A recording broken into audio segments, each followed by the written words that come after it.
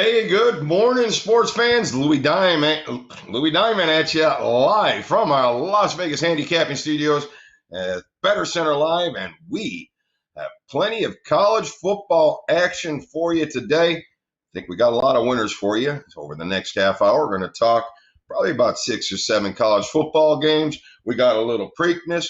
We got Tony C out there in Atlanta or at Stanford Stadium for the Georgia-Auburn game. So a lot of stuff for you this morning here on Bettor Center Live. I am joined with our resident handicapper, Tony Gulledge. Good morning, Tony. Let's get it. All right. Great. Okay, so let's just go right to it, Tony. Just you and I today, so we're going to be able to do this real quick. Let's just start right at it. We got the Baylor-West Virginia game. Now, that game opens up at with Baylor, Baylor, a 2.5 point favorite. It's been bet down to 1.5. The total opens up at 55. It's down to 54. West Virginia, are they going to be able to finally get themselves a Big 12 win at home? It's been a while since they had one, Tony. What are your thoughts here today?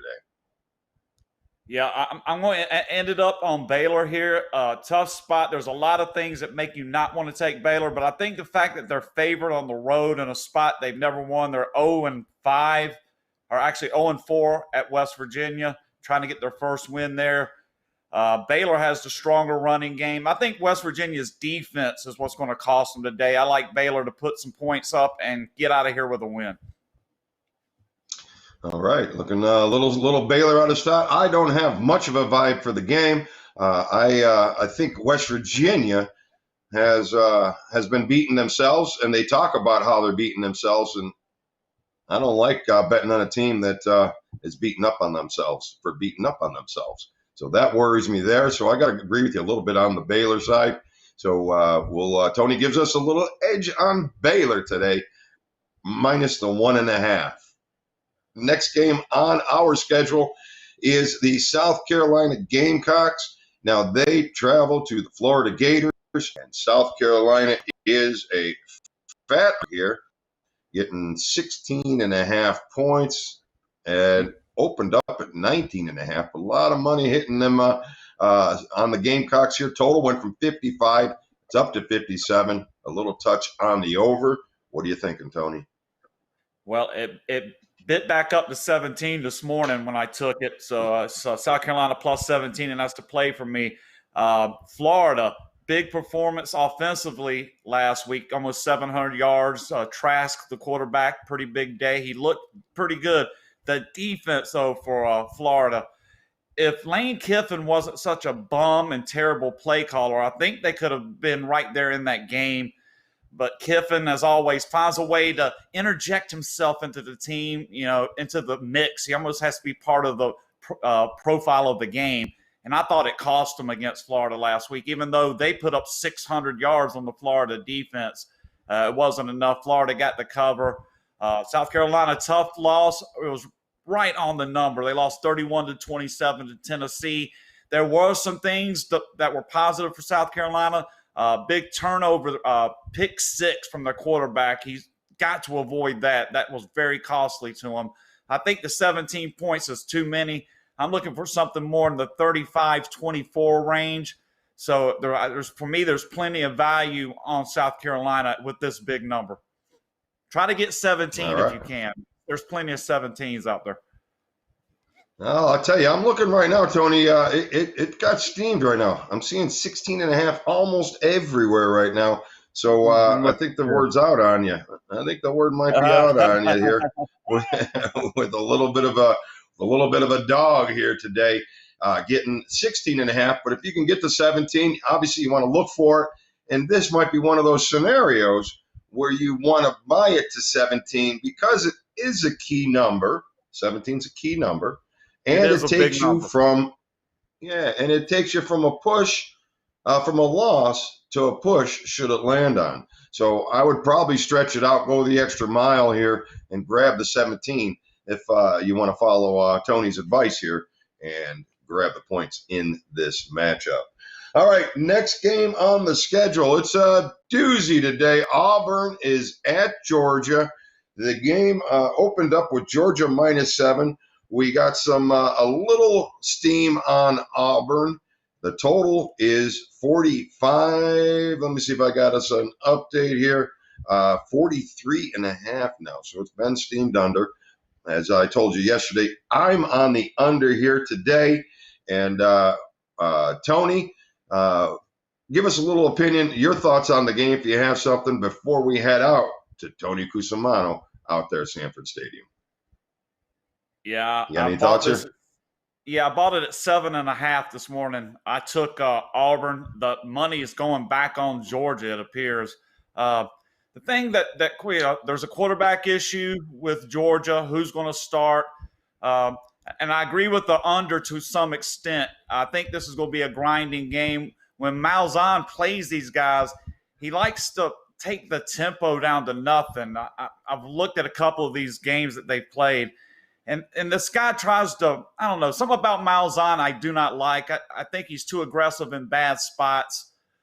But with that said, I think this is a good opportunity for them to come in here, and a touchdown in this kind of game just seems like way too much. I have it as about a 4-point game, Georgia by 4. So it's crossing a key number. Without going into crazy detail, I think the situation at quarterback for Georgia's a little sketchy. We'll see who starts later on. Like I say, Mr. Cusimano might have some information for us. But I think Auburn, with their decent ground control offense and a good defense, will be able to keep this game close, and it'll come down to the end. Yeah, I kind of feel the same way here. I think it should be a tight game, but I definitely think it's going to be an under game. I feel Georgia's going to struggle offensively, just as Auburn will. But you know what? Let's get a little bit of the real scoop from Mr. Cusimano. He's out there live in Georgia and Athens, Georgia, getting us the scoop on the game. You get anything out there for us there, Tony? What do you got? All right, thank you, Lewis. Yes, your man on the street here, Tony C. As you can see, Sanford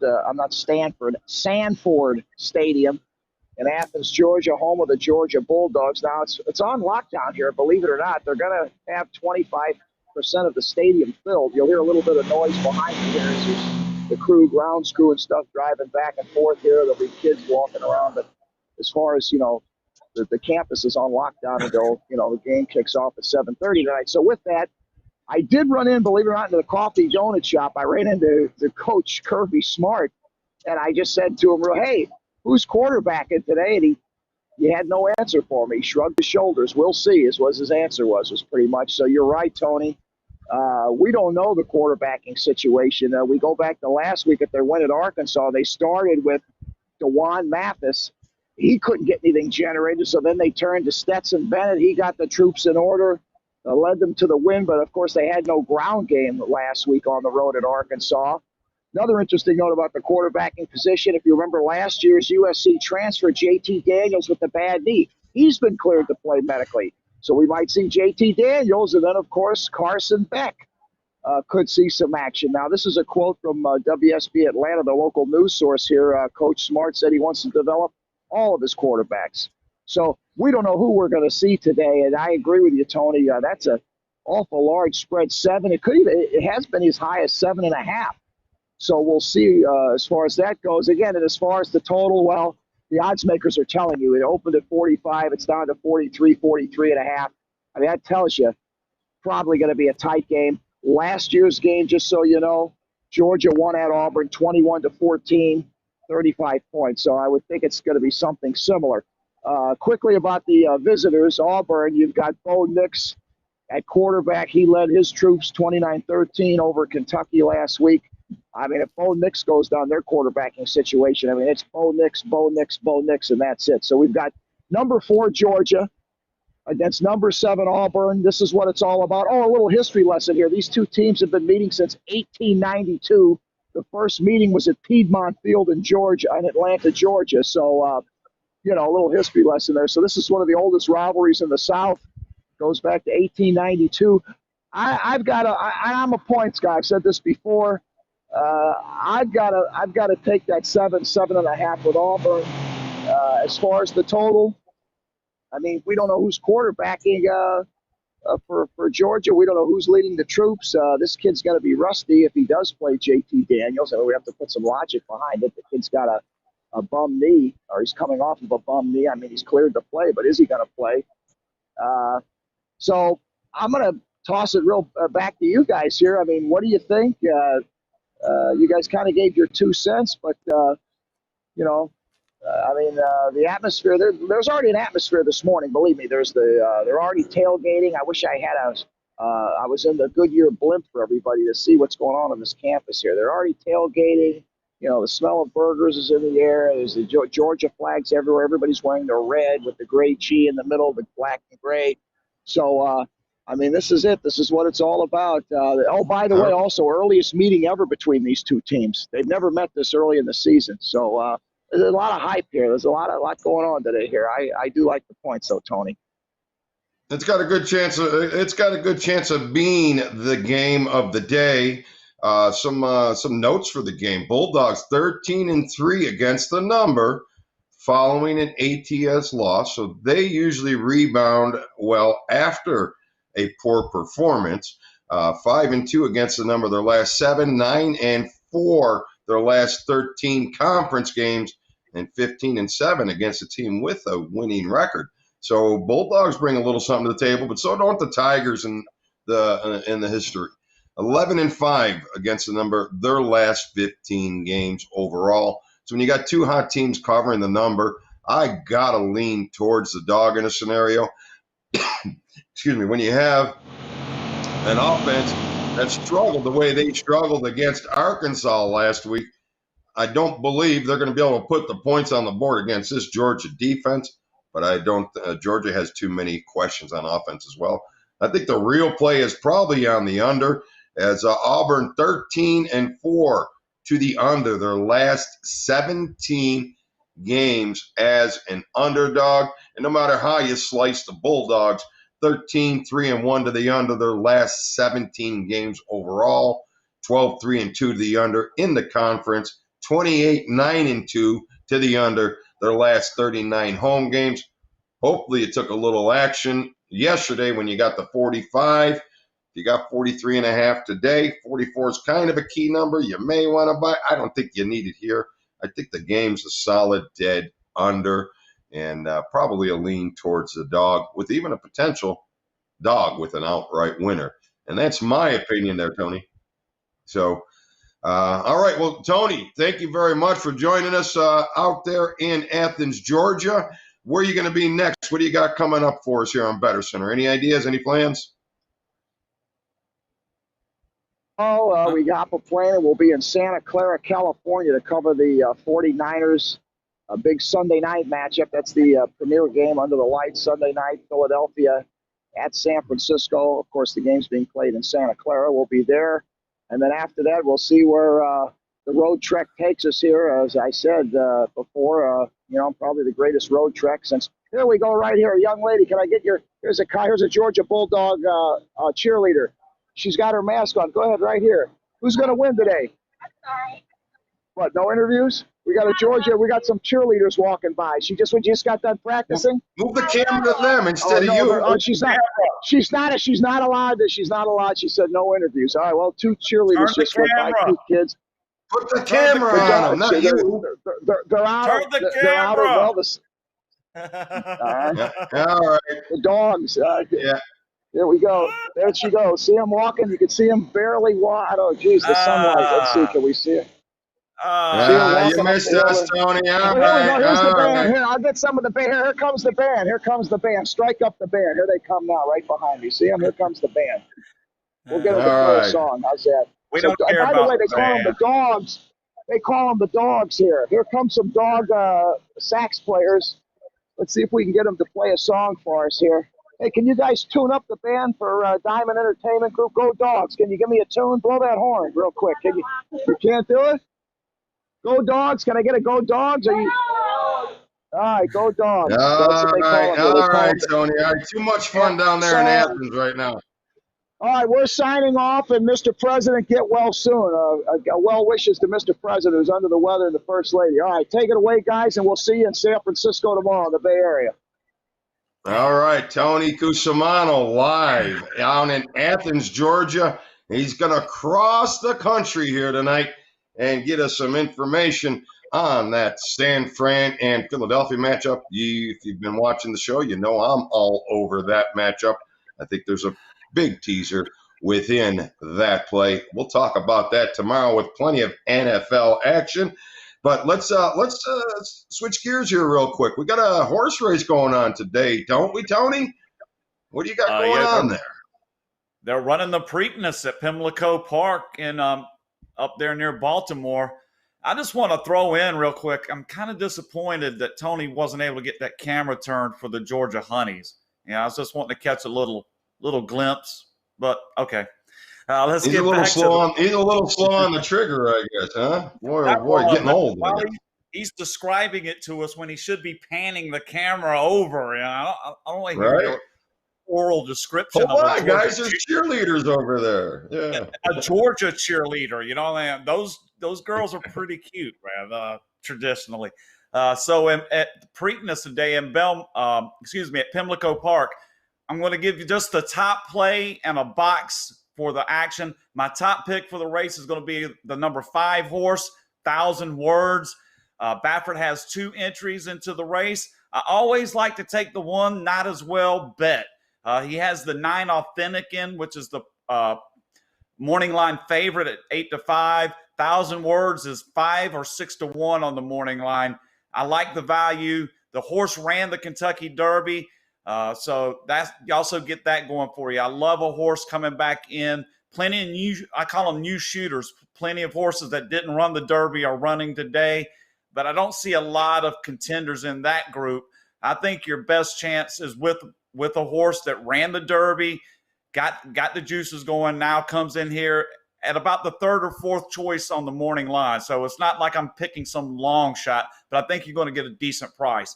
And if you want to do an exacta and trifecta box, the numbers I'm giving out are 2, 5, 8, 10. 2, 5, 8, 10 are the horses I'm using in my boxes and exotics. Good luck. Another one of the Triple Crown races coming to you from Pimlico up there in Baltimore today. Should be a good race to watch. All right. 2, 5, 8 is Tony's number today. 2, 5, 8, 10. 2, 5, 8, 10. 8, 10. 2, 5, 8, 10 is the combination for Tony's lock today. And my combination for the horse races are always 4, 2, 3. So it doesn't matter who they are, because my horses go off at 10-1, and then they come in at 10 after, because that's how I roll with the horses. So I will not offer you any such advice here today. But what I will do is offer you plenty of college football advice. There's more games coming as soon as we return here on Bettor Center Live. Brad Stein here live from Las Vegas. Join us daily for Bettor Center Live with our professional handicappers, where you get sports information you can bet on. Stop gambling, start winning. Bettor Center Live. All right, welcome back. Hopefully you guys got up, got yourself a drink, got yourself back in 10 seconds flat, because we got some information on the Texas A&M at Alabama matchup. Alabama, when they wanted to last week, they looked pretty stellar, and I believe that A&M is probably, my opinion, I think A&M is going to be in for a whole handful here today. So, Tony, what are your thoughts on the game? I don't think you're agreeing with me, are you? No, I do like Alabama here. I thought last week they took the foot off the gas pedal. They could have easily covered that spread last week. They basically pulled the dogs off early with the big lead. I was just double checking it. Yeah, they led 28-3 at halftime, 35-6 at the end of the third quarter, and then gave up 2 fourth-quarter touchdowns for the backdoor cover for Missouri. Alabama was in total control. That offense they looked good. The main stat I like to look at is third down conversions. That gives you an idea of how well a team controls the ball and, the time of possession. is a direct correlation of third down conversions. Last week, Alabama was 9 of 14 on third down, which means they were able to keep the drives going, keep the ball. Texas A&M coming in here off a ugly 17-12 win against Vanderbilt. Nothing I saw from Texas A&M really impressed me. I thought definitely the offense was sluggish. They gave up defensively, even the plays that they were giving up to Vanderbilt. They gave up a safety. It was just a really greasy game. They were able to pull it out. But coming in to take on Alabama, I think they're just completely outmatched. I got this as a 23-point game. So you're looking at something in the range of 44-21. I think Alabama has value based on not covering last week. To me, that I love those situations where you can get these big boy teams that didn't make a number in a good setup against a weaker opponent, which pretty much anybody Alabama plays is going to be considered a weaker opponent. But when you get up to over a touchdown, 10, 15, now we're up to 18.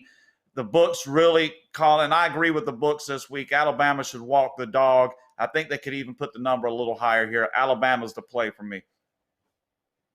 All right. Yeah, I got to tend to agree with you here. Mac Jones just really looked stellar last week, and he is probably bracing for a huge season. And he may, from what I saw, it was, I don't know if it was Missouri was that bad, but he truly looked that good. A&M struggling against Vanderbilt. Yeah, he really did. And A&M struggling the way they did against Vanderbilt. Yeah, they're looking ahead. So that was kind of expected. But I think A&M has their hands full here today. I think Alabama in the first half is probably the play again, like we did last week. Maybe in the first quarter again, but I think you could dance all around Alabama here today. I don't think A&M's going to be able to beat Texas A&M had to get a pick six to win the game, basically. You know, without that pick six in the fourth quarter, they were 31-point favorites, and it took big defense. It took a big defensive play to pull that game out. Yeah, they did not. It's one thing to be flat looking ahead, but just the whole game they were flat from start to finish. It was like there was never they never like put up laced up the cleats and said, let's get it, guys. At no point the defense saved them. The defense will not save them today. So if they think they're going to be able to swing in and do something with that crap today, it's not going to work. All right. Listen, viewers, please subscribe. If you're out watching us on Facebook or if you're watching us on YouTube, please subscribe. So this way you can get this information as soon as we get it popped out to you. Not every day we can start on time, but we're doing our best to get our schedule real tight. So this is a new show. So we're going through our little growing pains just like anybody else. But at the same time, we're not having growing pains on the information that we're giving you. It's been dynamite, actually. I'm pretty proud of the guys that we got here, giving you some solid information. Thank Tony for showing up almost every day. Ross and Chip every Monday through Friday here to give us the information. Dell, when we can squeeze him away, he's here to help us as well. So please subscribe below so you can get the information as soon as it comes available.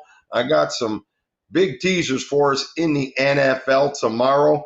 A lot of action for you in the NFL tomorrow. You're not going to want to miss it. We'll be here at 7 a.m. Pacific Standard Time for this game. Now, let's travel to Mississippi State, where they are a nice fat favorite against the team that slowed Georgia down for the first half last week, Arkansas. Now, the real question is Mike Leach. Boy, oh boy, big week last week, really impressive offense. And are they going to be able to parlay it after beating the national champs, coming again now this week, laying some big points in this matchup? So I know you really don't have a play on this one, Tony. I will here in a second. But before I jump in and give you a play, do you have any thoughts on this game? I mean, the Mississippi State offense, passing-wise, was impressive. They only had 9 yards rushing against LSU last week, but 585 yards passing. They even committed 4 turnovers, 2 picks, they lost 2 fumbles. Even with, you think if you go to LSU and commit 4 turnovers, you're going to lose by 30 points, right? But with that passing attack, Leach is a crazy guy, okay? I think we all know that. He's eccentric. I used to remember him driving me nuts up in Washington State or where before that, where the hell he's been all over the place. Texas Tech, maybe. Texas Tech. Yeah, where he goes for these unusual situations, these 4th down calls. There's a few of those coaches out here. He's one of them. I mean, they almost interject themselves into the game with their play calling and decision making. Leach is certainly one of those guys. Sometimes it looks great, but then sometimes it's just a total disaster that kills the momentum of their team. As long as Mike Leach lets his team perform the way they looked against LSU, I think they're looking good today, but it's always a tricky spot coming off a huge upset win like that. You almost expect them to be flat. They're giving 17 points to an Arkansas team, golly. What do you got, Lou? I really don't have much on it, but, I'm anticipating hearing what you have to say here. Well, I think Mike Leach has a quarterback, and that's a dangerous scenario for all their opponents because he loves to throw the ball. Obviously, you saw they had no rushing last week. They're probably not going to have it again today. So my thoughts are he's going to throw the ball almost every single down. And I don't think, Arkansas had a good week last week, the first half against Georgia, but then they really shit the bed right after that.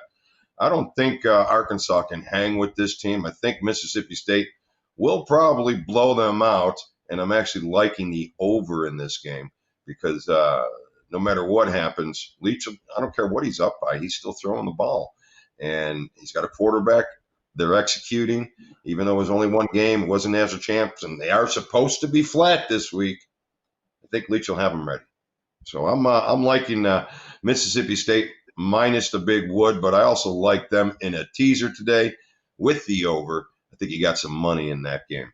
So, all right, there's that game. Now let's go to our last game on the schedule for today before we head off to our most interesting play of the day, and that is LSU. They're laying 21. They are at Vanderbilt. Vanderbilt, big game last week, and played them tough. Will they be able to hang with LSU after LSU with the big getting upset dramatically last week? What do you think, Tony? Yeah, LSU in the bounce back here. I love this kind of situation where you get a good opponent that shit the bed on those against the point spread. They lost straight up, so obviously LSU was disappointing. Vanderbilt, 30-point underdog last week. It takes a pick 6 to beat them. So you get both sides of that equation. The team that underperformed against a team that overperformed. That's when you're going to get the maximum value on the line. 21 points.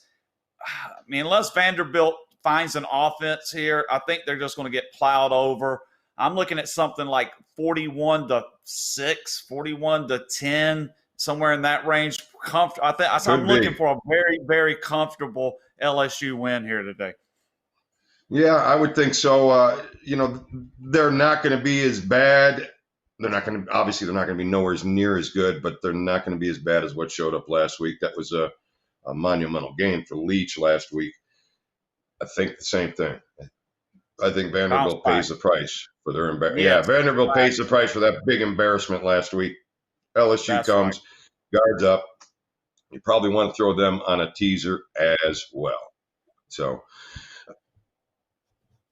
okay, so now that being said, let's just we got 2 of us here today, Tony. Let's get these guys a couple winners to close this show out. If you had something to give somebody a winner today, what are you going to tell them? All right. Well, I'll tell you what, the play that I really think, and we can make it the most interesting play, or we can just roll this as a really good play that I like today. It's going to be Central Florida. Pull it up here. They're playing Tulsa, minus 21. I made 1 or 2 big notes. Central Florida, I have written down here, no mercy, Cobra Kai. This team will score and score. They'll keep running that offense, but they could be up 38 points with a minute and a half left in the game, and they're still running offense, okay? They're not taking knees. It's just the way, and they go fast. It's like a race to get back up to the ball and snap it. And then you got Tulsa. They lost 16-7 and covered the spread against a terrible performance against Oklahoma State. So Tulsa, here's the stat that I'm going to throw out here to you. Against a team like Central Florida, it is vital, totally vital that you maintain possession of the ball and keep that offense on the field. Last week against Oklahoma State, Tulsa was 0 of 14 on third down conversions. They did not convert a third down the entire game. So you come into a high-octane offense like Central Florida, not able to maintain possession of the ball, it's a recipe for an absolute beatdown. This might be the biggest beatdown of the day, in my opinion. I have this plenty of line value. I have it at 31. I love the fact that Tulsa hung in with Oklahoma State. That really enhances the line value in my eyes as a handicapper. I think if you want to really if you need one game to win today, I would say Central Florida is that game. All right, Central Florida in a walk-off.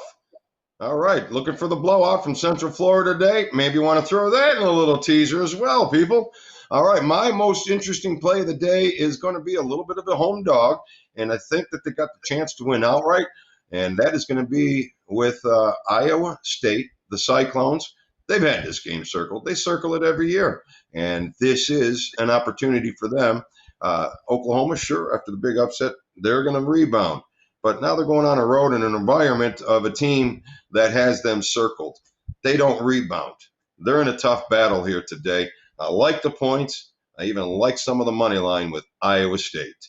So take those guys, hopefully, to the bank here today. Make yourself a little money. And I'd like to thank Tony Gulledge for joining me here today on Bettor Center Live.